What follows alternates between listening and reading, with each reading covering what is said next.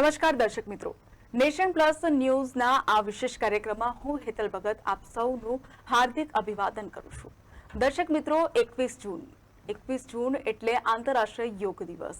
જી હા, આપણા ભારતના વડાપ્રધાન નરેન્દ્ર મોદી દ્વારા 21 જૂનની એટલે કે આંતરરાષ્ટ્રીય યોગ દિવસની શરૂઆત કરવામાં આવી હતી અને એ પણ 21 જૂન 2015થી કે જેને લઈને યોગને લઈને એક મહાપુરુષે સરસ સૂત્ર આપ્યું છે કે યોગ કરો, નિરોગ બનો.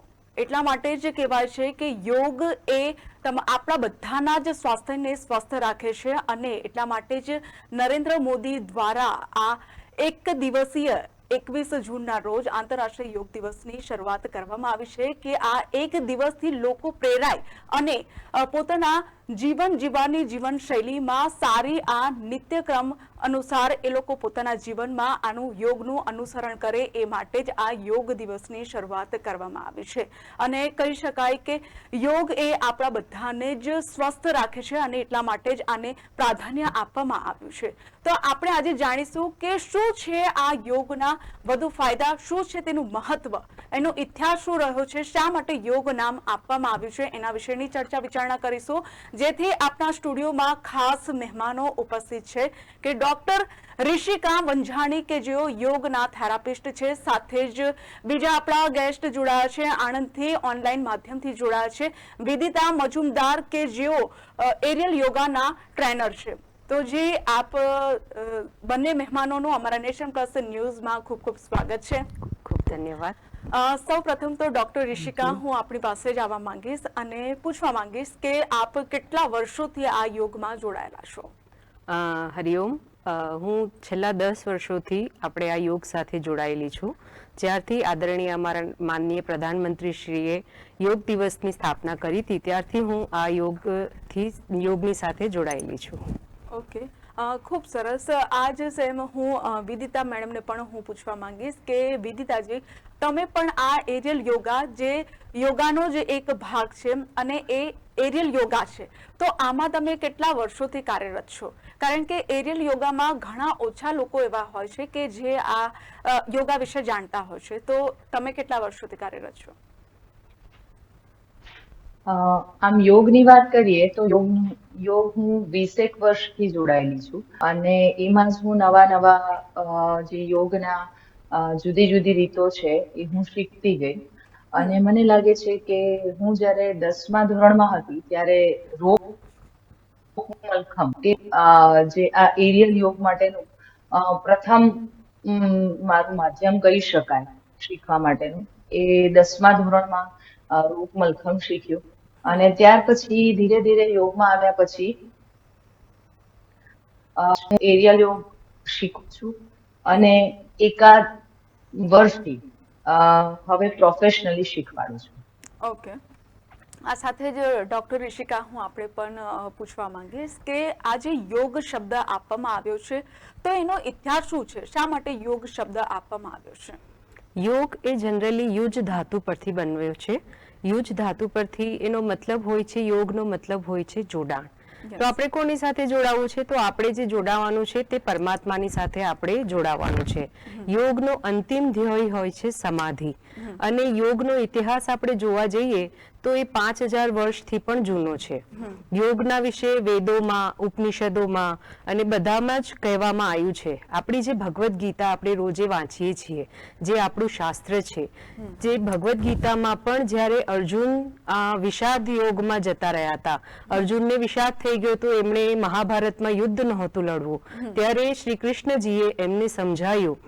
એટલે આજકાલની ભાષામાં બોલીએ તો ત્યારે અર્જુનને ડિપ્રેશન જેવું થઈ ગયું, માનસિક રીતે હતાશ થઈ ગયા હતા એ કે મારે હવે યુદ્ધ નથી લડવું, હું કેમ યુદ્ધ લડું અને કોની સામે યુદ્ધ લડું? મારા જ બધા પિતામહ છે અને મારા જ બધા અંકલો છે, મારા જ બધા કઝિન્સ છે, એની સાથે હું યુદ્ધ લડવા બેસું અને યુદ્ધ લડીને જ્યારે હું જીતીશ તો મને મળશે શું? આ સત્તા મળશે. તો સત્તાના મોહમાં મારે યુદ્ધ લડવાનું અને મારા જે કઝિન્સ છે, મારા જે અંકલ છે, એ બધાને મારે એમનો વધ કરવાનો, તો આવું મને જીત જ નથી જોઈતી. એવી રીતે માનસિક હતાશ થઈ ગયા હતા.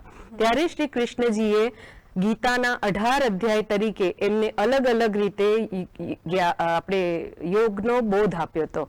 જ્ઞાન યોગ, લય યોગ, ભક્તિ યોગ, એવી રીતે જ્ઞાન આપ્યું હતું એમને ગીતામાં કે ભાઈ તમે યુદ્ધ લડો, કારણ કે તમે જે યુદ્ધ લડો છો એ આપણે પિતા અને પુત્ર વચ્ચેનો કે એનો નથી, પરંતુ સાચું અને ખોટાનો યુદ્ધ છે. તો જ્યારે એ માનસિક હતાશ થયા હતા ત્યારે એમને યોગનું સાચું જ્ઞાન આપીને એમને ત્યારે ત્યાં બહાર કાઢ્યા હતા એમના વિષાદ યોગમાંથી. તો યોગ એ આપણા હજારો વર્ષ જૂનું છે. તો યોગનો ઇતિહાસ બહુ જ ઊંડો છે, જે વેદો અને ઉપનિષદોમાં એમની ચર્ચા છે. ઓકે, ડૉક્ટર ઋષિકા, તમે ખૂબ સરસ માહિતી આપી. આ એવી માહિતી હતી કે જેમાં ખાસ કરીને જે લોકો યોગામાં જોડાયેલા છે એ લોકોને પણ આ વિશે કદાચ માહિતી નહીં હોય, એટલે ખૂબ સરસ માહિતી આપી. તો આ સાથે જ વિદિતા, હું આપણી પાસે આવવા માંગીશ અને આપણે પૂછવા માંગીશ કે ભારતના વડાપ્રધાન નરેન્દ્ર મોદી દ્વારા 21 જૂને જ કેમ આંતરરાષ્ટ્રીય યોગ દિવસની ઉજવણી કરવામાં આવે છે?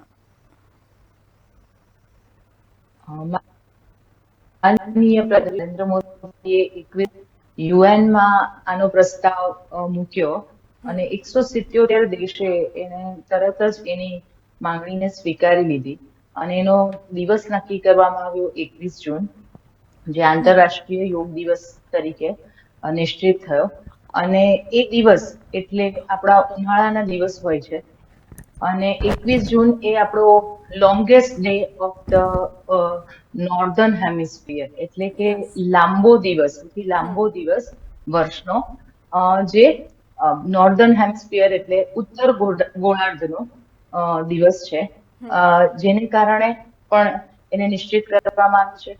સાથે આપણા હિન્દુ ધર્મમાં માઇથોલોજીકલી શિવને યોગના ભગવાન તરીકે માનવામાં આવે છે.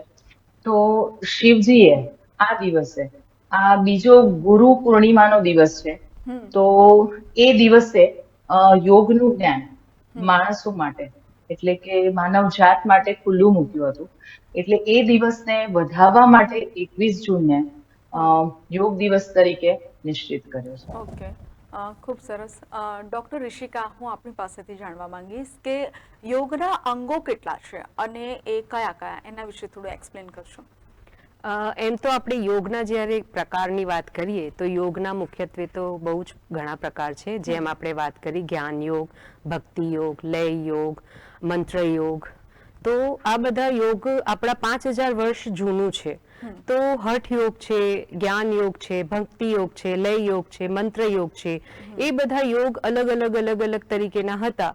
તો મહર્ષિ પતંજલિ ઋષિજીએ છે એ બધા જ યોગનો એક સમન્વય કરીને અષ્ટાંગ યોગની રચના કરી. પાતંજલ યોગ સૂત્રમાં એમણે 195 સૂત્ર લખ્યા અને અષ્ટાંગ યોગની રચના કરી. એ અષ્ટાંગ યોગમાં એમણે મુખ્યત્વે 8 અંગોની ચર્ચા કરી છે, જેમાં યમ, નિયમ, આસન, પ્રાણાયામ, પ્રત્યાહાર, ધારણા, ધ્યાન અને સમાધિ. આપણે જો યોગી બનવું હોય તો ખાલી આસનો પૂરતું આપણે મર્યાદિત ના રહેવું જોઈએ. એ મહર્ષિ પતંજલિ ઋષિજીએ કહ્યું કે યમ એટલે કે આપણે સોશિયલ ડિસિપ્લિન. યમના 5 પ્રકાર હોય છે અને નિયમના પણ 5 પ્રકાર હોય છે. યમ એટલે કે અહિંસા, સત્ય, અસ્તેય અને બ્રહ્મચર્ય, એવી રીતે 5 પ્રકાર છે યમના. સોશિયલ ડિસિપ્લિન આપણે પાળવું જોઈએ. દરેક સમાજના એક રૂલ્સ અને રેગ્યુલેશન્સ હોય છે. એ રૂલ્સ રેગ્યુલેશન્સને આપણે ફોલો કરવું જ પડે છે. આપણે અહીંયા ગુજરાતમાં રહીએ છીએ તો ગુજરાતમાં રહીને આપણાથી ગોવાનો કલ્ચર એડપ્ટ ના થાય, કારણ કે ગુજરાતનો કલ્ચર એક અલગ છે. એવી રીતે નિયમો હોય છે, એ આપણા સેલ્ફ ડિસિપ્લિન હોય છે. સવારે ઉઠીને આપણે શું કરવું, શૌચ, સંતોષ, તપ, સ્વાધ્યાય અને ઈશ્વર પ્રણિધાન, આ નિયમો છે. એના પછી આપણે આસન કરવું, આસન, અને એના પછી છે પ્રાણાયામ, પછી છે પ્રત્યાહાર. પ્રત્યાહાર એટલે કે આપણી જે ઇન્દ્રિયો છે, 10 ઇન્દ્રિયો છે, 5 જ્ઞાનેન્દ્રિયો અને 5 કર્મેન્દ્રિયો, એ કાયમ ને કાયમ બહાર જ ભટકતી હોય છે. તો આપણે જ્ઞાનેન્દ્રિયોને સ્વ સાથે જોડવાનું હોય છે, અંદરની તરફ વાળવાનું હોય છે. ભટકતી હોય 5-10 ઇન્દ્રિયોને અંદરથી તરફ વાળવાનું હોય છે, એને કહેવાય છે પ્રત્યાહાર. અને જ્યારે આપણે પોતાની સાથે કનેક્ટ થઈએ છીએ ત્યારે ધારણા અને ધ્યાનની સાથે પછી આપણે સમાધિની તરફ આગળ વધવું હોય છે. તો યોગનો જે અંતિમ ધ્યેય છે સમાધિનો, પરમાત્મા સાથે જોડાવાનો, તો એ 8 અંગો દ્વારા મહર્ષિ પતંજલિએ પોતાના પાતંજલ યોગ સૂત્રમાં જણાવ્યું છે. ખૂબ સરસ. વિદિતા મજુમદાર, હું આપણી પાસે આવવા માંગીશ, અને તમે એક ખાસ એરિયલ યોગાના ટ્રેનર છો. તો એરિયલ યોગા કે જેના વિશે લોકો ખૂબ ઓછું જાણતા હોય છે કે છે શું એરિયલ યોગા, તો હું આપણે પૂછવા માંગીશ કે આ એરિયલ યોગામાં ખાસ શું છે અને એની શરૂઆત ક્યારથી થઈ? એરિયલ યોગ, એરિયલ એટલે હવામાં લટકતું. યસ. આપણે આસન જો એ જ જે આપણા ભાતીગળ સંસ્કૃતિમાં છે એ જ બધા આસનો છે, પણ એને જુદા સ્વરૂપે એને આપણે હવામાં લટકીને, એટલે કે એક ખાસ પ્રકારનું કાપડ યુઝ કરે છે, ફેબ્રિક હોય છે જે સિલ્કનું બનેલું હોય છે, અને એની ઉપર આ આસનો આપણા જે છે એ કરવામાં આવે છે. એને આસનો એ છે પણ લટકી અને એ હેમક કે છે ને, અને એ હેમક ઉપર આપણે જુદા જુદા આસનો બેલેન્સ સાથે કરવાના હોય છે, જેની શરૂઆત આમ જોવા જઈએ તો આપણા ઋષિ મુનિઓ પણ ઝાડ ઉપર અથવા વડની વળવાઈ ઉપર લટકીને પણ ઘણા આસનો કરતા. તો એની શરૂઆત તો બહુ જૂની છે, પરંતુ એના પછી આયંગર યોગ એટલે કે બીકે જેમની યોગમાં ખૂબ નામના છે, એમણે જુદા જુદા પ્રોપ્સ યુઝ કરીને થેરાપી બેઝ યોગ અને જેમના આસનો સારા ના થતા હોય એના ઇમ્પ્રુવમેન્ટ માટે ઘણા બધા પ્રોપ્સનો યુઝ કર્યો, જેમાં એરિયલ યોગ એટલે રોપનો યુઝ કરીને એમણે ઘણા બધાના આસનો સુધાર્યા, જેના કારણે એમના હેલ્થમાં વધારે સરસ સુધારો થયો. એટલે બીકેએસ આયંગરજીને પણ આપણે એના પ્રણેતા કહી શકીએ. ત્યાર પછી આપણે જોઈએ તો ઘણા વર્ષો સુધી આવું જ રહ્યા પછી 90ની સાલમાં ખૂબ નવી હમણાંની જ વાત છે કે 90ની સાલમાં ક્રિસ્ટોફર હેરિક્સન ન્યુયોર્ક સિટીના છે, કે જેઓ કોરિયોગ્રાફર છે, અને એમના એક્રોબેટિક્સ અને ડાન્સના ફોર્મમાં કંઈક નવા એરિયલ યોગની શરૂઆત કરી, કે જે ફેબ્રિક અત્યારે આપણે યુઝ કરીએ છીએ એ ત્યાંથી આવ્યું છે, વેસ્ટર્ન કલ્ચરમાંથી. એ ફેબ્રિક સિલ્કનો યુઝ કરી થોડી સરળતાથી કરી શકાય એવા આસનો આપણે હેમક ઉપર, જેને આપણે સિલ્કનું જે કાપડ છે જેને કહીએ છીએ હેમક, એની ઉપર કરીએ છીએ, અને એનાથી આપણું બેલેન્સ જાળવીએ છીએ. ઓકે, ખૂબ સરસ. ડૉક્ટર ઋષિકા, હું આપણી પાસે આવવા માંગીશ અને આપણે પૂછીશ કે આજે મતલબ અનાદિકાળથી ઘણા ઋષિમુનિઓથી લઈને ઘણા લોકો અનેક પ્રકારની કસરતો એક્સરસાઇઝ કરતા આવ્યા છે, ત્યારે આ બધી જ વસ્તુને બાજુમાં રાખીને યોગનું મહત્વ શું છે એના વિશે જણાવશો? યોગનું મહત્વ આપણે ફક્ત ને ફક્ત શારીરિક દ્રષ્ટિએ જ જોઈએ છીએ. આજે તમે કોઈને પણ પૂછશો તો આપણે મેટ લઈને તમે ક્યાં જાઓ છો, તો સૌથી પહેલા તો એ કહેશે કે યોગા ક્લાસ જઈએ છીએ. તો હું સૌથી પહેલા તો એ તમને જણાવવા માંગીશ કે યોગા નથી હોતું, આપણે યોગ શબ્દનો ઉચ્ચારણ હોય છે, પણ અંગ્રેજીમાં જ્યારે આપણે સ્પેલિંગ લખતા હોઈએ છીએ ત્યારે એક્સ્ટ્રા એ આપણે લખતા હોઈએ છીએ, તો એના કારણે બધા યોગા બોલે છે. પણ આપણે સૌથી પહેલા તો એ સુધારો કરવો પડશે કે યોગા નથી હોતું, પણ યોગ શબ્દ હોય છે. તો આપણે જ્યારે પણ કહીએ કે ક્યાં જાઓ છો, તો આપણે યોગ કરવા જઈ રહ્યા છીએ એવું. અને યોગ કરવા એટલે કે ખાલી આસન પૂરતું આપણે મર્યાદિત યોગને ના રાખીએ. આસન કરવાની સાથે સાથે, કારણ કે આસન એ અષ્ટાંગ યોગમાં ખાલી એક ત્રીજો ભાગ છે, અને એનાથી જે ફાયદા થાય છે તે શારીરિક રૂપમાં થાય છે.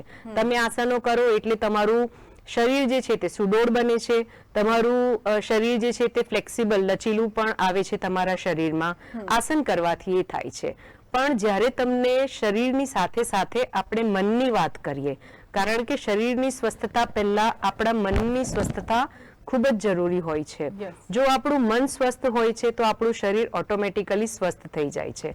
તો આપણે સૌથી પહેલા આપણા શરીરને પણ નહીં પણ મનને સ્વસ્થ રાખવાનું હોય છે. તો મનની સ્વસ્થતા તમને શેનાથી મળે છે? તો પ્રાણાયામ કરવાથી અને ધ્યાન કરવાથી તમારું મન જે છે તે સ્વસ્થ થાય છે. તો તમારા શારીરિક સ્વસ્થતાની સાથે સાથે તમારી માનસિક સ્વસ્થતા પણ એટલી જ જરૂરી છે. અને એની સાથે સાથે તમારી સામાજિક સ્વસ્થતા. આજે જે લોકો આપણે સોશિયલ મીડિયાનો ઉપયોગ કરીને ઇન્સ્ટાગ્રામ ઉપર જુઓ, યુટ્યુબ ઉપર જુઓ, રીલ્સ ઘણા બધા એ લોકો બનાવતા હોય છે. એ રીલ્સનો ઉપયોગ શેના માટે કરે છે? પોતાનું નામ મેળવવા માટે એ લોકો કરે છે. નેમ અને ફેમ મેળવવા માટે રીલ્સ યુટ્યુબ ઉપર અને ઇન્સ્ટાગ્રામ ઉપર તમે કરવા. દેટ મીન્સ કે બધાને જ પોતાના નેમ અને ફેમની ખૂબ જ જરૂર હોય છે. તો યોગથી તમને શારીરિક અને માનસિક સ્વસ્થતાની સાથે સામાજિક અને આધ્યાત્મિક ઉન્નતિ પણ તમારી એનાથી એટલી જ થાય છે. જ્યારે તમે એક યોગ શિક્ષક બનીને આગળ આવો છો, યોગ કરાવો છો બધાને, તો ત્યારે તમારી સામાજિક ઉન્નતિ આપે આપ વધતી જાય છે. તમે જ્યારે એક યોગ ક્લાસમાં, યોગ કક્ષામાં બેસીને એઝ અ ટીચર યોગ કક્ષા ચલાવો છો, ત્યારે તમે તમારા અંડરમાં જો 20 લોકો આવતા હોય તો તમે ફક્ત એ 20 લોકો સાથે નથી જોડાતા, પરંતુ એ 20 પરિવાર સાથે તમે જોડાઓ છો. એવી રીતે તમારી સામાજિક ઉન્નતિ વધતી જાય છે. તો આપણે રીલ્સ અને એની સાથે ના જોડાઈને તમે એક યોગ શિક્ષક બનીને તમારે સામાજિક આધ્યાત્મિક ઉન્નતિ પણ એની સાથે એટલી જ વધે છે. અને હું શારીરિક દ્રષ્ટિએ યોગનું મહત્વ કહું તો જ્યારે શરીરના આ બધા રોગો છે, જ્યારે જોઈન્ટ્સ પેન હોય, તો ઘૂંટણનો દુખાવો હોય, કમરનો દુખાવો હોય, સર્વાઇકલ સ્પોન્ડોલિસિસ હોય, અસ્થમાના પેશન્ટ હોય, એ બધા મારી પાસે એટલા બધા છે કે જેમણે ફક્ત અને ફક્ત યોગનો સહારો લઈને, આસન અને પ્રાણાયામથી જ, કોઈ પણ દવાઓ વગર એમણે યોગના સહારાથી જ એમણે પોતાની બધા જ રોગોને દૂર કર્યા છે.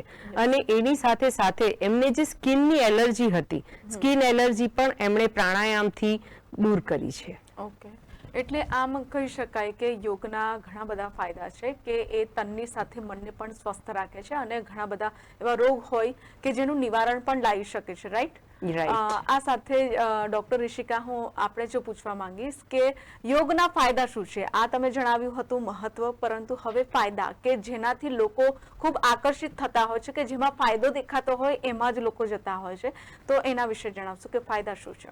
જી, યોગના ફાયદાઓમાં હું તમને એવું કહું કે ભાઈ આજકાલ સ્ટુડન્ટ્સોને અને આપણને બધાને જ સ્ટ્રેસનું લેવલ જુઓ, એક ટાર્ગેટ અચીવ કરવામાં જ હોય છે. આપણા બધાને એક કોઈક ને કોઈક ટાર્ગેટ હોય છે. આખા સવારે ઉઠીએ તો રાત્રે આખા મહિનાનો ટાર્ગેટ હોય છે કે આપણે મહિનામાં આ ટાર્ગેટ્સ અચીવ કરવા છે. તો એના કારણે સ્ટ્રેસનું લેવલ જે છે તે વધતું જાય છે. આજકાલ તમે જુઓ તો હાર્ટ એટેકના કિસ્સાઓ પણ ઘણા બધા વધી રહ્યા છે. નાની નાની ઉંમરના બચ્ચાઓને પણ હાર્ટ એટેકના આપણે સાંભળીએ છીએ. 30-35 વર્ષની વયે પણ હાર્ટ એટેક આવી જાય છે. હા, અને એની સાથે તમે ભલે ફિટનેસમાં એક્સપર્ટ હો, તમે જીમ જતા હોય, રેગ્યુલર તમારી ડાયટ તમારું ખૂબ જ સારું હોય, છતાં ક્યાંક ને ક્યાંક એવા લોકો પણ છે જે રેગ્યુલર ફિટનેસ એમની કરતા હોય છતાં હાર્ટ એટેકના બીમાર થઈ જાય છે, શિકારી થઈ જતા હોય છે. એ શેના માટે થતા હોય છે? કારણ કે આપણી જે બ્લડ વેસલ્સ હોય છે એ ખૂબ જ નાની, આપણા જે બાળ છે એના જેવી આપણી એટલી પાતળી આપણી બ્લડ વેસલ્સ હોય છે. એમાં ક્યારે બ્લોકેજીસ આવી જાય એ આપણને ખબર નથી પડતી. તો એ બ્લોકેજીસને દૂર કરવા તમે રેગ્યુલર પ્રાણાયામનો અભ્યાસ કરો. તમે જીમ કરતા હોય, અથવા તો તમે ઝુંબા કરતા હોય, અથવા તો તમે એરોબિક્સ કરતા હોય, તમે જે પણ એક્ટિવિટી કરતા હોય, પણ છેલ્લા 10 થી 15 મિનિટ તમારે પ્રાણાયામ માટે ફાળવવા જ જોઈએ. અને આસનો માટે પણ તમારે રોજનો ટાઈમ ફાળવવો જ જોઈએ. તમારે સૂર્ય નમસ્કાર કરો. સૂર્ય નમસ્કારથી એટલા બધા સરસ ફાયદા છે જે તમને શારીરિક અને માનસિક બંને રીતે તમને સ્વસ્થ રાખશે. ખૂબ સરસ. આ સાથે જ વિદિતાબેન, હું આપણે પણ એ જ પૂછવા માંગીશ કે આ હતા રેગ્યુલર યોગાના ફાયદા, પરંતુ એરિયલ યોગાના ફાયદા શું છે એના વિશે તમે જણાવશો? એરિયલ યોગમાં આસનો, જેમ મેં પહેલા આપણે જે આસનોને આપણે હવામાં લટકીને કપડા ઉપર કરીએ છીએ, હવે એના કારણે હેમક ઉપર જ્યારે જમીન ઉપર કરીએ છીએ એના કરતા થોડી વધારે શક્તિનો વપરાશ થાય છે. એટલે તમારે વધારે એમાં બેલેન્સ કરવાનું હોય છે. તો જ્યારે શક્તિનો વપરાશ વધારે થાય, તો જ્યારે આપણે બોડી વેટ લોસનો અત્યારે બહુ મોટો પ્રોબ્લેમ છે, ઓબેસિટીનો પ્રોબ્લેમ છે, ઓવરવેટનો પ્રોબ્લેમ છે, તો એમાં એવા લોકો માટે એરિયલ યોગ બહુ જ ફાયદાકારક છે. સાથે તમારા મણકા ઘસાઈ જવા, ગાદી ઘસાઈ જવી, મણકાની વચ્ચે જે ગેપ છે એ ઓછી થઈ જવી, એ બધામાં પણ એરિયલ યોગના અમુક આસનો જે કરીએ છીએ એનાથી ઘણો જ ફાયદો થાય છે. હું એકાદ વર્ષથી લોકોને શીખવાડું છું, ત્યાંથી એમના ઘણા બધા પ્રોબ્લેમ્સ છે જે કમરને લગતા છે, એમાં ઘણા ફાયદા જોવા મળે છે. યસ. અને વેટ રિડક્શન એટલે કે જે લોકો ઓવરવેટ છે અથવા ઓબેસ છે, એમને પણ એમના વેટ રિડક્શન માટે ખૂબ ફાયદો થયો છે. ઇંચ લોસ થવા એ બહુ જ ઇંચ લોસ થવું એ ખૂબ સહજતાથી થાય છે એમાં, કારણ કે એમાં ફેટ રિડક્શન અને સાથે મસલ બિલ્ડઅપ એટલે મસલ ટોન અપ થવા એ જમીન પર આપણે સાદાઈથી થાય છે. આમાં ખૂબ તમારે હાથથી તમારા ઉપર ચડવાનું હોય છે, પાછા નીચે ઉતરવાનું હોય છે, તો એમાં ઘણી શક્તિનો વપરાશ થાય છે. એટલે ઇંચ લોસ પણ થાય છે, સાથે તમારા હાથની શક્તિ ખૂબ વધે છે. તમારી ક્યુરસ અથવા જેને કહી શકાય કે ચપળતા એ પણ વધે છે. તમે મોટા થયા પછી પણ આપણે રમવાનું ભૂલી ગયા છે, તો એરિયલ યોગ કરવાથી તમે તમારું નાનપણ પાછું યાદ લાવી શકો છો. યસ. અને એથ્લીટ્સની જેમ તમે તમારી જે ચપળતા છે એ પણ લાવી શકો છો, સ્પીડ લાવી શકો છો. ઉપરથી નીચે, નીચેથી ઉપર ઘણું ફાસ્ટ પણ કરવાનું હોય છે, તો એ પણ લાવી શકો છો. અને સાથે તમારા જુદા જુદા શરીરના રોગો છે એમાં એન્ડ્યોરન્સ પણ સ્ટેમિના છે એ પણ ખૂબ વધે છે. અને તમે એને એન્જોય કરો છો, તમે you feel like you are still you are young, એટલે તમને કરવાની ખૂબ મજા આવે છે. સાથે મજાની સાથે હેલ્થ પણ સુધરે છે. એક નવી રીત, નવા સ્વરૂપે હોય છે, જેના કારણે લોકો એને એન્જોય કરે છે અને પણ મેળવે છે. ઓકે. ખૂબ સરસ. પણ વિદિતાબેન, હું ખાસ એક પ્રશ્ન છે જે હું તમને પૂછવા માંગીશ કે આ એરિયલ યોગામાં કોણ કોણ જોડાઈ શકે છે, કોણ કોણ કરી શકે છે? કારણ કે ખાસ કરીને આ જે પાછળ ફૂટેજીસ જે વિડીયો ચાલી રહ્યા છે એમાં થોડીક મોટી ઉંમરના જ લોકો દેખાતા છે, નાના બાળકો કે એ લોકો કોઈ કરી શકે છે આ યોગા? હા, હું મારા ક્લાસમાં જ બધી જ એજના લોકોને કરાવું છું એરિયલ યોગ. શરૂઆત મેં મિડલ એજ લોકોથી કરી હતી. એમાં ખૂબ સરસ પરિણામો મળ્યા. એમાં મેલ ફિમેલ બહેનો અને ભાઈઓ બધા જ કરી શકે છે. આધેડ વર્ષના એટલે 50 વર્ષથી ઉપર એમને હોય છે. એમને ખૂબ સાચવી, ઘણા બધા આસનો એમના માટે નથી કરવાનો હોતા એમને, તો એને સાચવીને એની સાવચેતી રાખી અને પછી કરી શકે છે ચોક્કસ. ખૂબ ઓવરવેટ અને થોડીક ઉંમર વધારે હશે, 55 વર્ષની ઉપર, તો બહુ જ સાચવીને ઘણા બધા આસનો કરવાના હોય છે, ઘણા નથી કરવાના હોતા. અને એમના રોગ પ્રમાણે, એમની લિમિટેશન, એમના વજન પ્રમાણે એમને આસનો કરાવવામાં આવે છે. અને નાના બાળકોને, જેમ તમે વાત કરી રહ્યા છો, તો નાના બાળકોને 7 વર્ષથી ઉપરના બધા જ બાળકો કરી શકે છે અને ખૂબ સરસ રીતે કરી શકે છે. અહીંયા આપણે નેશનલી, ઇન્ટરનેશનલી પણ એરિયલ યોગની કોમ્પિટિશન્સ પણ થતી હોય છે, જેમાં બાળકો પાર્ટિસિપેટ પણ કરે છે અને ખૂબ સરસ રીતે એમાં આગળ પણ વધે છે. જો નાનપણથી ઉલટાનું કરવામાં આવે તો તમારું સ્વાસ્થ્ય બહુ જ સરસ રહે છે, તમારું શરીર સુડોળ રહે છે, રોગો આવતા નથી અને તમે એક પ્રકારની ફ્રેશ, કારણ કે આ બહુ જ સ્ટ્રેનિયસ આખી મેથડ હોય છે, તો એમાં તમારી શારીરિક શક્તિ સાથે માનસિક શક્તિ બંને વધે છે. આ સાથે જ ડૉક્ટર ઋષિકા, હું આપણી પાસે આવવા માંગીશ અને પૂછીશ કે ઘણા લોકો યોગા એટલા માટે કરતા હોય છે, ખાસ કરીને મહિલાઓ, કે એ લોકો યોગામાં એ રીતે જોડાતા હોય છે કે વજન ઘટાડવાના હેતુસર યોગા કરતા હોય છે. તો શું યોગા કરવાથી વજન ઘટી શકે છે? ડેફિનેટલી ઘટી શકે છે. યોગ કરવાથી ડેફિનેટલી વજન તો ઘટે જ છે, પણ આજકાલ પ્રી મોનોપોઝનો જે ટાઈમ લેડીઝ બહુ જ અર્લી એજમાં ફેસ કરતી હોય છે, એમના કારણે એમનો હોર્મોનલ ડિસબેલેન્સ પણ ઘણો થઈ જાય છે. તો અને એના કારણે એમને માનસિક રીતે અસ્વસ્થ થઈ જાય છે. અને માનસિક રીતે અસ્વસ્થ થતાની સાથે સાથે એટલે એમને ચીડચડું પણ આવી જાય છે, ગુસ્સો આવી જાય છે એમને. તો એની સાથે યોગ જો એ રેગ્યુલર કરતી હોય, યોગા અભ્યાસ રેગ્યુલર કરતા હોય, મંડુકાસન છે, વક્રાસન છે, ઉષ્ટ્રાસન છે, એવા બધા આસનો જ્યારે એ મહિલા કરે છે, સૂર્ય નમસ્કાર કરે છે, તો જ્યારે પ્રી મોનોપોઝનો ટાઈમ પણ આવે છે તો એ ડેફિનેટલી ઇઝી ગોઈંગથી પ્રી મોનોપોઝનો ટાઈમ તો આવવાનો જ છે, બધાને જ આવવાનો છે, દરેક મહિલાને આવવાનો છે. પણ એનાથી જે વેઇટ ગેઇન થવું, એનાથી જે ચીડચીડું પણ થવું, B12 અને વિટામિન ડી ની જે કમી થાય છે અને એના કારણે જે હાડકાઓમાં તમને પેઇન થાય છે, સાંધાઓમાં દુખાવો થાય છે, તો જો તમે રેગ્યુલર યોગા અભ્યાસ કરતા હોય તો એના કારણે તમને પ્રી મોનોપોઝનો પણ તમને કોઈ ઇશ્યુ આવતો નથી અને ઇઝીલી એ તમે ફેસ કરી શકો છો. જી ચોક્કસથી. અને આ સાથે જ વિદિતાબેન, હું આપણે પૂછવા માંગીશ.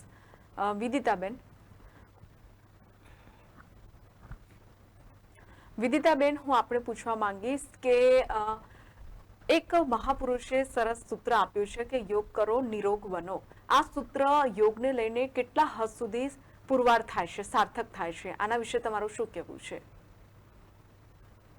કારણ કે ઘણા લોકોનું માનવું હોય છે કે યોગા કરવાથી ઘણા બધા રોગ નથી થતા, તો આના લઈને તમારું શું કહેવું છે? યોગનો ઉલ્લેખ આપણા વેદોમાં કરે. ઋગ્વેદનો શકાય એમાં યોગનો ઉલ્લેખ અથવા એનાથી થતા ફાયદા પણ જણાવેલા છે. તો આપણે કહી શકીએ તો કે જેઓ લેબોરેટરીમાં જઈને નહીં, પરંતુ પોતાના લેબોરેટરી તરીકે અનુભવો પોતે બીજાને કહેતા અને લોકોને એને અનુકરણ કરવા માટે કહેતા. તો એ જ વસ્તુને આપણે આગળ વધારીએ તો આજ સુધી આટલું જૂનું હોવા છતાં પણ હજી પણ યોગ પ્રત્યેનો પ્રેમ જે છે એના કારણે છે કે એમાં જે સાતત્યતા છે, એની સાત્વિકતા છે અને એ દરેક યુગમાં એ ક્યારે પણ માનવજાત માટે ખોટી નથી થતી. એટલે વેદના કાળથી લઈને હજી સુધી, અત્યારે આપણે કળિયુગ કહીએ તો અત્યાર સુધી યોગના ફાયદા શારીરિક રીતે તો છે જ. આપણે બહુ જ નાના, અત્યારે આપણે જોઈએ તો બહુ નાની એને સીમામાં રાખી દીધા છે કે ખાલી ફિઝિકલ ફિટનેસ, બહુ તો મને સ્ટ્રેસ થાય છે તો મેન્ટલ ફિટનેસ. પણ ફિઝિકલ અને મેન્ટલ ફિટનેસ તો બાય પ્રોડક્ટ્સ છે, આ મળે જ છે. પણ સૌથી વધારે દરેક માણસે એક સિદ્ધ પુરુષ તરીકે અથવા તો એક યોગી તરીકે જીવન જીવવાનું છે. તો એ સ્પિરિચ્યુઅલ ડેવલપમેન્ટ, આધ્યાત્મિક ઉત્થાન થાય એનો ઉદ્દેશ ફિઝિકલ અને મેન્ટલ હેલ્થ એ આપોઆપ આવી જાય છે. અને આધ્યાત્મિક ઉત્થાન થવાથી એ સામાજિક રીતે એક સાચો માણસ અથવા તો સારો માણસ બનવા માટે અને એ પોતાનું જીવન વધારે ઉન્નત કરી શકે એ યોગ દ્વારા. અને દરેક માણસે કોઈ પણ ધર્મના હોય, કોઈ પણ દેશના હોય, કોઈ પણ કાળે જન્મેલા હોય, દરેકે યોગ કરવો જોઈએ. જેમ પહેલા કીધું એમ કે યોગ એટલે જોડાવું, તો આત્મા અને પરમાત્માનું મિલન. તો સૌથી પહેલા પોતે પોતાની જાતની છે અને એને વધારે ઉન્નત જીવ બનાવવાનું છે. તો એ દરેક માણસ માટે લાગુ પડે છે. એટલે યોગ કરો અને નિરોગ રહો એ સાર્થક થાય છે આજના કળિયુગમાં પણ.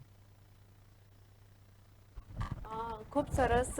આ સાથે જ ડૉક્ટર ઋષિકા, હું આપની પાસે આવવા માંગીશ. અને હજુ પણ આજે પણ એટલે 2015થી નરેન્દ્ર મોદી દ્વારા આ યોગ દિવસની શરૂઆત કરવામાં આવી છે 21 જૂને. ત્યારે આજે પણ ઘણા લોકો એવા છે કે યોગને લઈને અવેર નથી, જાગૃત નથી. તો એવા લોકોને શું અપીલ કરવા માંગશો, શું મેસેજ આપવા માંગશો?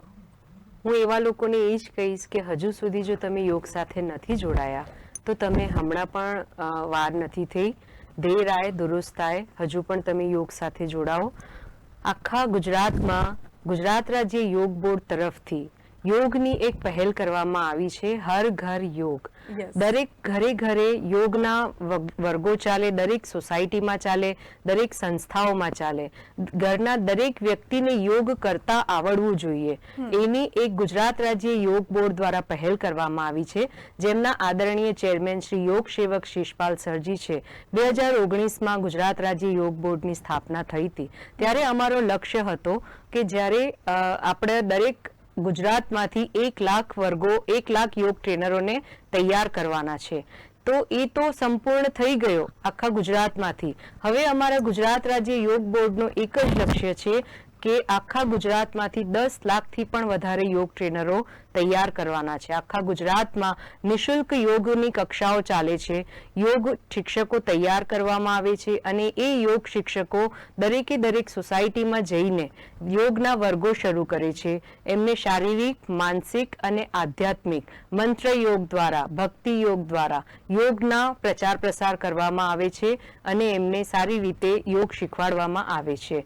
તો હું હમણાં પણ બધા જ લોકોને એ જ અપીલ કરીશ કે હજુ પણ જો તમે જોડાયા નથી યોગ સાથે, તો તમે ગુજરાત રાજ્ય યોગ બોર્ડનો સંપર્ક કરી શકો છો.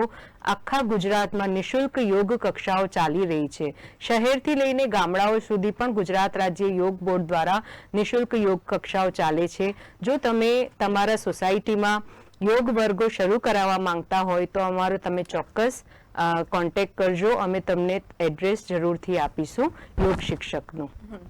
આ સાથે જ વિદિતાબેન, હું આપણે પણ એક અમારા દર્શક મિત્રો જે જોઈ રહ્યા છે એમને એક મેસેજ આપો કે જેથી કરીને વધુમાં વધુ લોકો આ આંતરરાષ્ટ્રીય યોગ દિવસમાં જોડાય અને નિત્યક્રમમાં એ લોકો અનુસરણ કરે. એના વિશે શું મેસેજ આપશો ટૂંકમાં?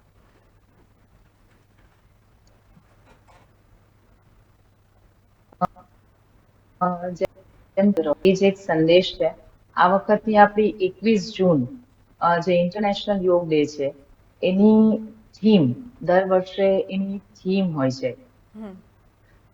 યસ. તો આ વખતની થીમ છે યોગ ફોર વુમન્સ એમ્પાવરમેન્ટ. એટલે કે વુમન, જે આપણા ઘરની દરેક સ્ત્રી જો સશક્ત હશે શારીરિક અને માનસિક રીતે, તો આખો સમાજ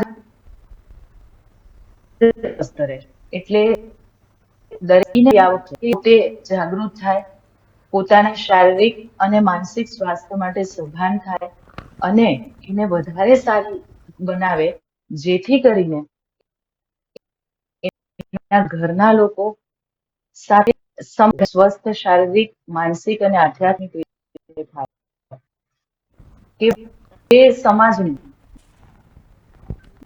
સ્ત્રી વધારે સશક્ત, વધારે વધારે છે. આ વખતની આપણી જે થીમ છે 21 જૂનની કે યોગ ફોર વુમન્સ એમ્પાવરમેન્ટ, તો એને જ આપણે ધ્યાનમાં રાખીને દરેક સ્ત્રીઓએ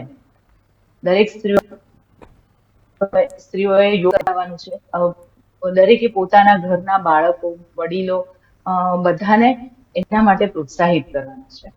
તો જ સમાજ સ્વસ્થ થશે. યસ, ખૂબ સરસ. આ સાથે જ ડૉક્ટર ઋષિકા, હું આપણે પણ એ જ કહીશ કે અમારા દર્શક મિત્રોને એક નાનકડો મેસેજ આપો કે જેથી કરીને વધુને વધુ લોકો આ દિવસે જોડાય, યોગ દિવસે. હું એક યોગ થેરાપિસ્ટની સાથે સાથે ગુજરાત રાજ્ય યોગ બોર્ડ સાથે પણ સંકળાયેલી છું. એમાં સિનિયર યોગ કોચ તરીકે કામ કરી રહી છું અને સોશિયલ મીડિયા કન્વીનર તરીકે પણ હું કામ કરી રહી છું. તો અમારા ગુજરાત રાજ્ય યોગ બોર્ડનો એક જ સ્લોગન છે, હર ઘર યોગ, હર ગાંવ યોગ. ઘરના દરેકે દરેક વ્યક્તિ, જો તમારા ઘરમાં 5 વ્યક્તિ છે, 6 વ્યક્તિ છે, તો એ દરેકે દરેક વ્યક્તિએ યોગ શીખવું જ જોઈએ અને શીખવાડવું જ જોઈએ બધાને. જો દરેકે દરેક વ્યક્તિ કરે અને હર ગામડે ગામડે પણ તમે યોગને પહોંચાડો, એ જ અમારું સ્લોગન છે. અને આજની નારીની સાથે સાથે આપણું જે સમાજ છે એ યુવાઓને પ્રતિનિધિત્વ વધારે છે. તો દરેક યુવાનોને હું અપીલ કરીશ કે તમે યોગમાં જોડાઓ. જો તમે જોડાશો તો તમને જોઈને બધા જ લોકો જોડાશે અને આ જે આપણા સમાજને, આપણા દેશને જો ઉન્નતિના માર્ગ તરફ કોઈક લઈ જવા વાળું હોય તે આજના યુવાનો છે. તો હું દરેકે દરેક યુવાનને પણ અપીલ કરીશ કે તમે બધા જ યોગ સાથે જોડાવો અને દેશની ઉન્નતિનો તમે એનો હિસ્સેદાર બનો, ભાગીદાર બનો. ખૂબ સરસ. હું પણ દર્શક મિત્રોને એ જ અપીલ કરવા માંગીશ અને એ જ કહેવા માંગીશ કે જેમ ડૉક્ટર ઋષિકાએ જણાવ્યું હતું કે જે લોકો આજે પણ યોગમાં નથી જોડાયા, જે લોકો યોગા નથી કરતા, એ લોકોને હું એ જ કહેવા માંગીશ કે આજે પણ હજી એમાં લેટ નથી થયું, તો આજથી તમે એની શરૂઆત કરી શકો છો. અને આ યોગ કરવાથી આપણે બધા જ સ્વસ્થ રહીએ, એ જ હેતુસર આ યોગ દિવસની ઉજવણી કરવામાં આવે છે અને આ યોગનું અનુસરણ કરવામાં આવતું હોય છે. યોગ કરવાથી સ્વસ્થ રહો, મસ્ત રહો અને તંદુરસ્ત રહો, એ જ મારો એક અપીલ છે અને એમાં જ બધા જોડાય, એ જ મારી આશા. આ સાથે જ આપ બંને મહેમાનો અમારા નેશન પ્લસ ન્યૂઝના માધ્યમ દ્વારા અમારા દર્શક મિત્રોને ખૂબ સરસ માહિતી આપી, એ બદલ ખૂબ ખૂબ આભાર. તો દર્શક મિત્રો, આવી જ રીતે નવા કાર્યક્રમ અને દેશ દુનિયાના સમાચાર જોવા માટે આપ જોડાયેલા રહો નેશન પ્લસ ન્યૂઝની સાથે. નમસ્કાર. સમાચારોનો સતત અપડેટ મેળવવા માટે અમારી નેશન પ્લસ ન્યૂઝની યુટ્યુબ ચેનલને સબસ્ક્રાઇબ કરો, બેલ આઇકન દબાવો અને જોડાયેલા રહો ફેસબુક, ઇન્સ્ટાગ્રામ અને ટ્વિટર પર.